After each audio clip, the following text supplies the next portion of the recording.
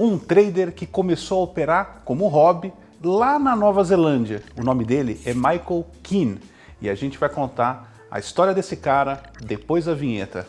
Bora lá!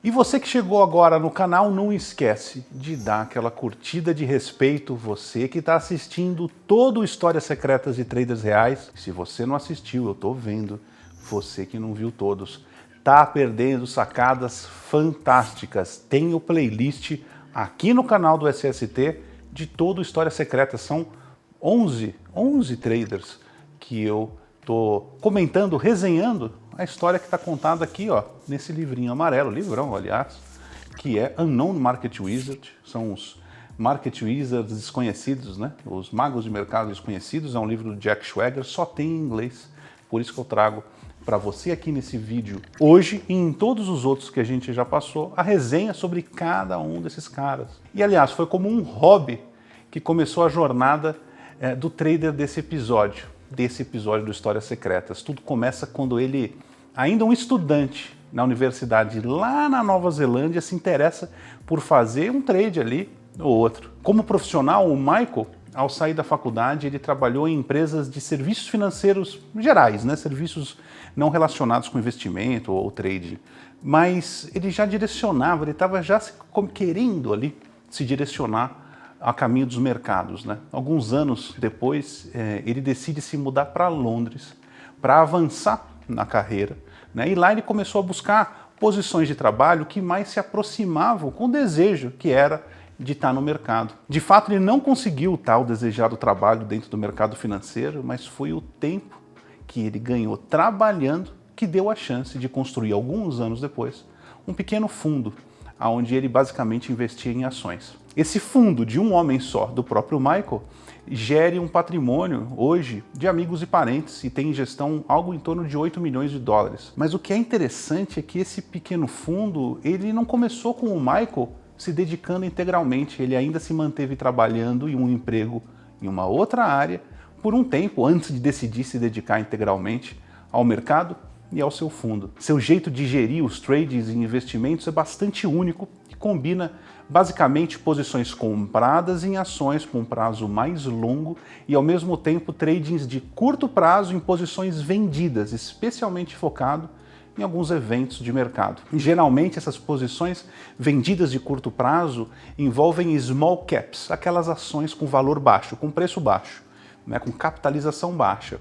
E também ele busca nessas ações algum tipo de rally, algum tipo de evento que ocorreu, seja esse evento esperado ou não, eu vou falar daqui a pouquinho sobre isso. A maneira do Michael de operar gera ótimos retornos para ele, na casa dos 29% ao ano, ao longo de mais de 10 anos. É próximo do triplo da performance do S&P 500 nesse mesmo período, algo impressionante quando a gente pensa que ele está operando posições basicamente não alavancadas em ações. O Jack Schwager, o autor do livro, ele comenta que a entrevista não foi a mais fácil de ser feita por causa do forte sotaque que o Michael tem. Afinal de contas, o Michael é um neozelandês. Ele teve que parar algumas vezes a entrevista para tentar entender o Michael, perguntando sobre um termo ou outro que parecia algo indecifrável, mas que ao final gerou interessantes perguntas e respostas que começa mais ou menos assim, como sempre de costume, com o Jack perguntando para o Michael como ele criou interesse pelo mercado financeiro. O Michael disse que tudo começou nos anos 80, onde a Nova Zelândia, que era um país com uma economia super fechada, decide se abrir para o mundo com uma nova política tributária e de incentivos fiscais, né? Os pais do Michael, assim como todos lá na Nova Zelândia, estavam excitados com a possibilidade de entrar na onda da Bolsa de Valores e ganhar alguma grana com isso. Eles investiram tudo que tinham, os pais do Michael, e alguns anos depois tiraram toda a grana da bolsa para comprar uma pequena fazenda. Diz o Michael que isso foi tudo pura sorte do pai, que o pai, na verdade, já diz o contrário, que ele sabia o que estava fazendo. Provavelmente ele não sabia, porque um ano depois, no dia seguinte do famoso Black Monday dos Estados Unidos, que derrubaram com força a bolsa americana, teve o que os neozelandeses denominam de Black Tuesday, que seria terça-feira negra, estourando a bolha que estava sendo construída ao longo dos anos por lá. Foi na universidade que, junto com 8 amigos, que o seu interesse no mercado começou.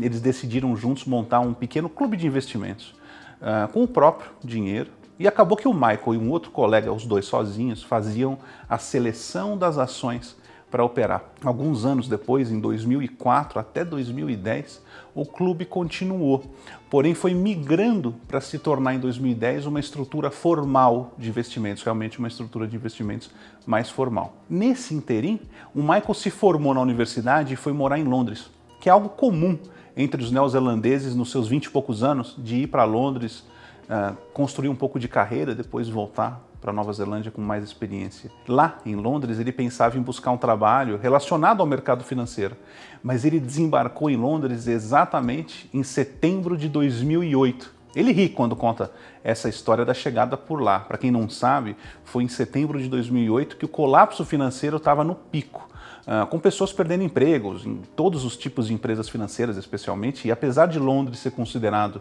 o centro financeiro do mundo, não ia sair ileso de todo esse cenário caótico que estava rolando ali em 2008. Por fim, ele conseguiu um trabalho temporário por 3 meses, que acabou evoluindo para um emprego fixo, que ele ficou por 4 anos. Não era nada demais no começo, simplesmente trabalhar com planilhas, preenchendo dados, etc. Nada próximo do que ele queria de fato, que era trabalhar diretamente com o mercado financeiro. Lá no começo desse fundo dele, ele operava 2 tipos de estratégia. Buy and hold, onde ele fazia uma seleção de ações, que se compra e se mantém por muito tempo, e uma estratégia macro, que ele disse que ele não gostava muito de fazer, porque sentia que sempre teria alguém que ia saber mais de macroeconomia do que ele, portanto que a sua vantagem nunca seria destacada, nunca seria grande. Ele comenta que seu primeiro sucesso maior foi operando vendido em small caps, que estouravam do dia para a noite para cima, né, poucos centavos para vários dólares, para então vendedores empurrarem o preço de volta para baixo com bastante força. Esse tipo de movimento é chamado em inglês de pump and dump, né? Pressiona, dá uma pressionada para cima, né, que seria do movimento de pump, e depois de jogar para baixo, né, pump and dump. Apesar do Jack achar incrível ele simplesmente selecionar ações de small caps que subiam muito rápido, para então vender elas e achar que isso dá certo como estratégia, né, apesar do Jack achou isso incrível que pudesse funcionar. O Michael comenta que fazia de maneira bastante simples e que nunca havia tido uma perda significativa com esse tipo de jeito, esse tipo de maneira de operar. Por 2 anos ele usou esse jeito de vender essas small caps. Mas com o passar do tempo, o Michael comenta que ficou mais difícil fazer essa estratégia porque haviam poucas oportunidades e também os órgãos regulamentadores, né, os órgãos que regulavam o mercado nos Estados Unidos, começaram a controlar mais de perto esse tipo de movimento, os pump and dumps, né? Um outro modelo operacional que o Michael gosta é de operar empresas de biotecnologia, que basicamente fazem pesquisas para o desenvolvimento de novos medicamentos. Ele gosta basicamente de fazer operações vendidas em curto prazo, no intraday, levando até alguns dias, dependendo do trade, entrando antes da possível divulgação de resultados de pesquisas e desenvolvimentos de novos produtos médicos, medicamentos, né, basicamente. Para esse tipo de trade, ele costuma operar comprando puts, né, opções de venda, onde ele ganha caso o papel perca valor. Ele comenta que conhece bem o comportamento típico desse tipo de empresa, como, por exemplo, quando era possível que a expectativa de resultado positivo não ocorria, ou vice-versa, né?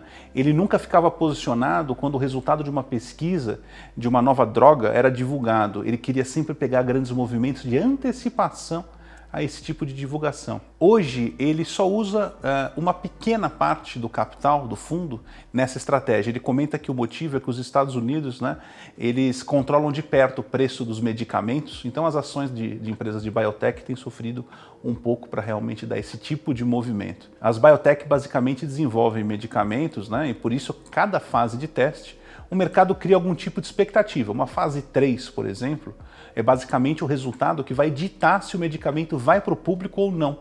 Vamos ver, por exemplo, recentemente, o desenvolvimento das vacinas para o coronavírus, fase 1, 2, 3, é a mesma coisa. Algumas vezes o Michael entra vendido em situações onde ele entende que o mercado está precificando com antecipação algo ainda não conhecido, como a divulgação de um teste em fase 3. Quando a divulgação de fato é feita, Se ele acredita que o preço já andou muito, mas os fundamentos da empresa não suportam aquela precificação, ele entra vendido para operações de curto prazo. Nesse ponto da entrevista, o Jack pergunta sobre 2018, que foi o primeiro ano que o Michael fechou com resultado negativo, na casa dos 4% para trás, né? Aliás, algo bem pequeno perto do resultado médio anual que o Michael tem. O Michael então comenta que o resultado foi basicamente por uma decisão errada em uma ação da empresa JD.com, JD.com, é uma empresa similar à Amazon, uma empresa chinesa similar à Amazon. Ele, em 2016, se posicionou nesse papel a $20, um preço barato pela avaliação do Michael. O papel subiu um tanto, chegando a $50 no começo de 2018. Ele ali realizou 1/3 da posição e se manteve posicionado no restante. Porém, com o passar dos meses, o Michael começou a observar que a JD não ganhava mais mercado e que o mercado chinês como um todo começava a cair. Até que a JD anunciou que faria uma parceria com o Google para que os produtos dela fossem mostrados no shopping do Google, aquele que aparece quando a gente pesquisa algum produto, aparece o shopping em cima. Após essa divulgação, teve um mega rally, os preços empurraram para cima, foram que nem doidos para cima, para logo então começar a desabar. O Michael ele disse que ele deveria ter entendido melhor o price action, né, o movimento do preço, que com a experiência que ele tinha, ele deveria ter realizado ali toda a posição, mas que ele se apaixonou pelo papel, ele se apegou pelo papel, se apegou pela posição e que como seus outros trades na ponta vendida estavam indo bem, ele foi deixando. Até ver a ação voltar tudo para os $20 para então ele entrar com mais dinheiro, aquele dinheiro que ele tinha realizado de lucro, ele entrou de novo.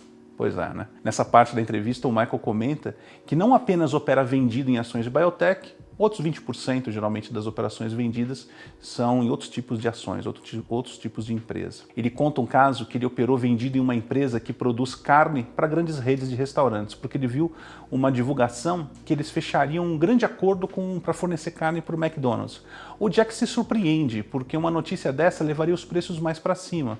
Mas na ótica do Michael, o preço já estava inflado, porque essa empresa de carnes já fornece para a maioria dos grandes restaurantes, das grandes redes de restaurante. Então eles não teriam tanto mercado mais para crescer, para abrir. Apostar contra notícias que normalmente fazem a maioria das pessoas entenderem que a ação vai para cima e não para baixo, é o forte do Michael, ir contra esse tipo de notícia. Em relação ao risco, o Michael comenta que dependendo da estratégia, para suas vendas, ele chega a arriscar 1% do portfólio em um único trade. Até mesmo em alguns casos de grande confiança, chega até 3% o risco em uma única operação. Ele usa uma regra 60-40, 60%, 40%, para diversificar suas posições no portfólio, ou seja, ele busca ter 60% do patrimônio comprado em ações por um prazo mais longo, enquanto os outros 40% ele trabalha as operações vendidas de curto prazo, para aumentar a rentabilidade. Segundo Michael, existem dois tipos de ação que ele busca para comprar por longo prazo. Grandes empresas que estão com preços baratos, ele chama isso de empresas que estão em vendas indiscriminadas, pessoas vendendo indiscriminadamente.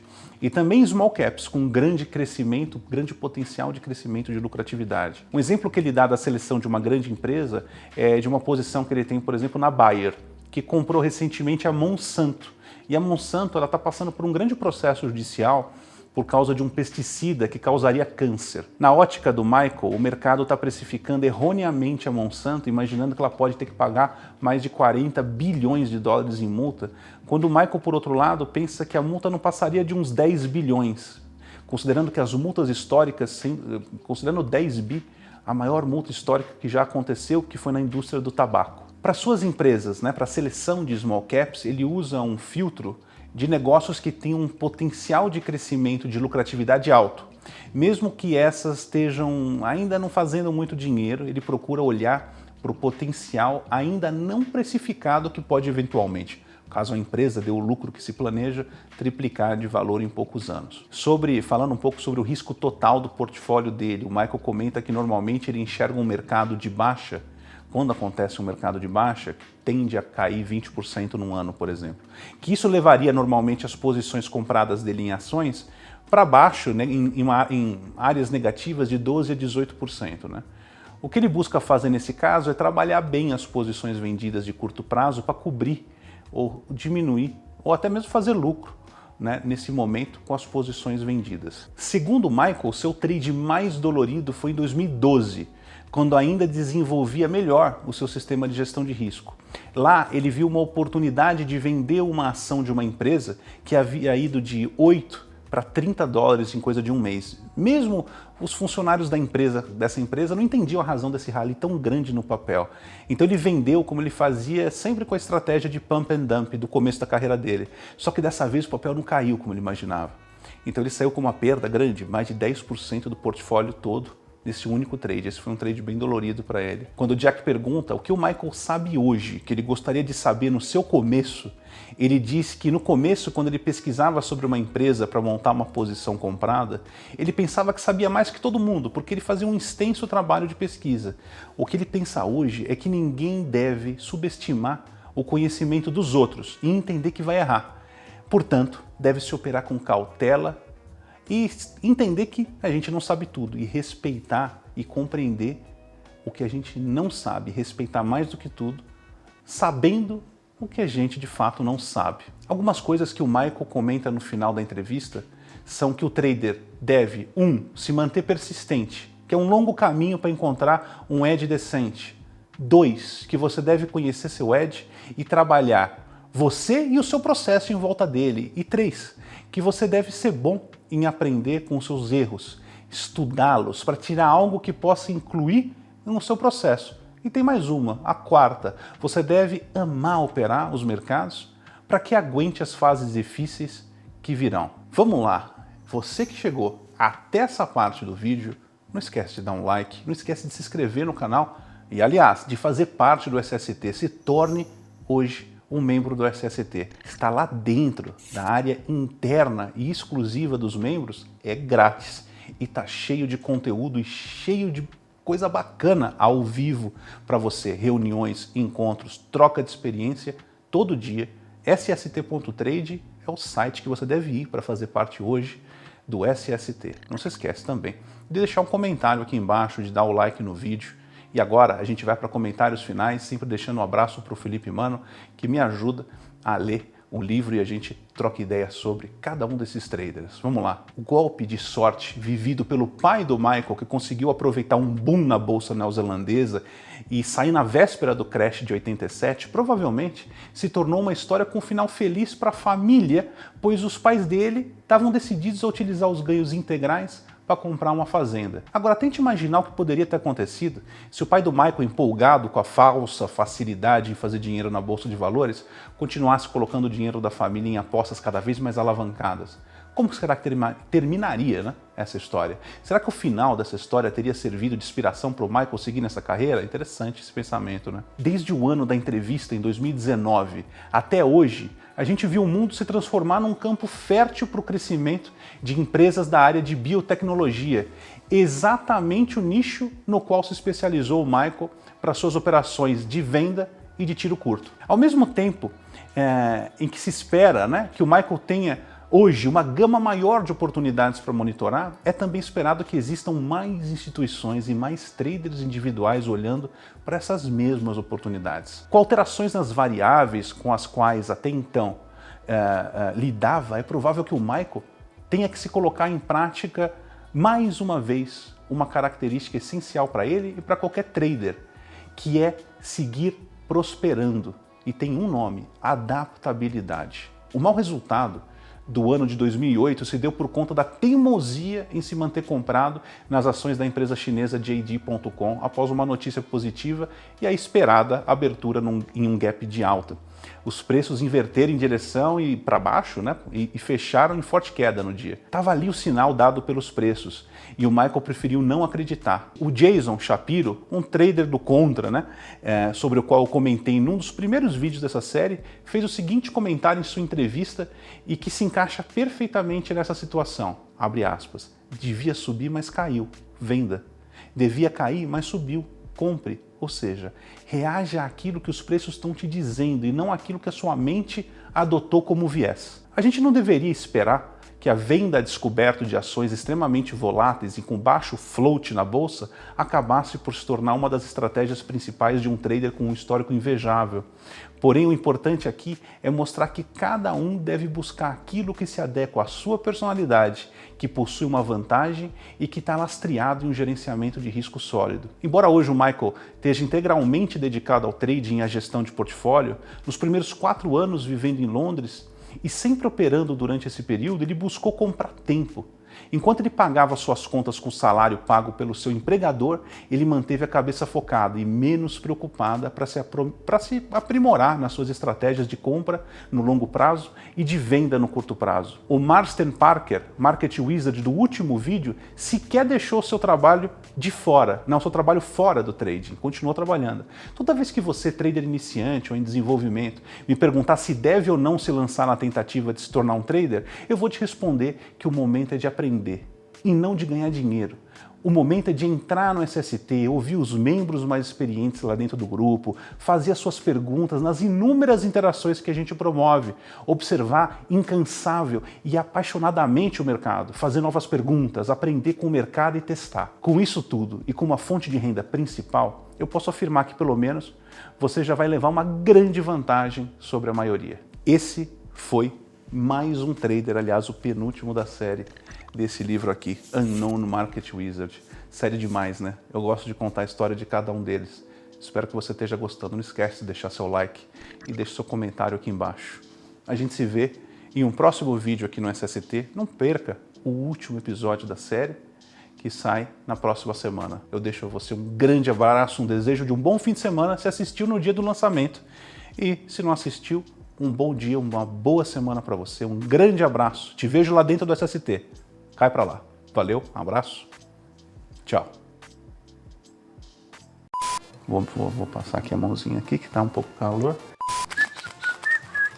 Ah, maravilha. Meu Deus, até rasguei o papel aqui.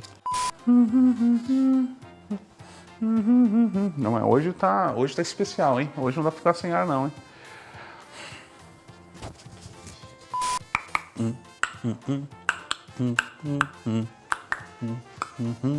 Ah, muito obrigado. Eu vou passar um papelzinho. Ai, muito obrigado. Muito obrigado. A gente tem editor, né? Não sei porque eu quero fazer tudo numa tacada só. Tenho que lascar o baldaio um pouco, né?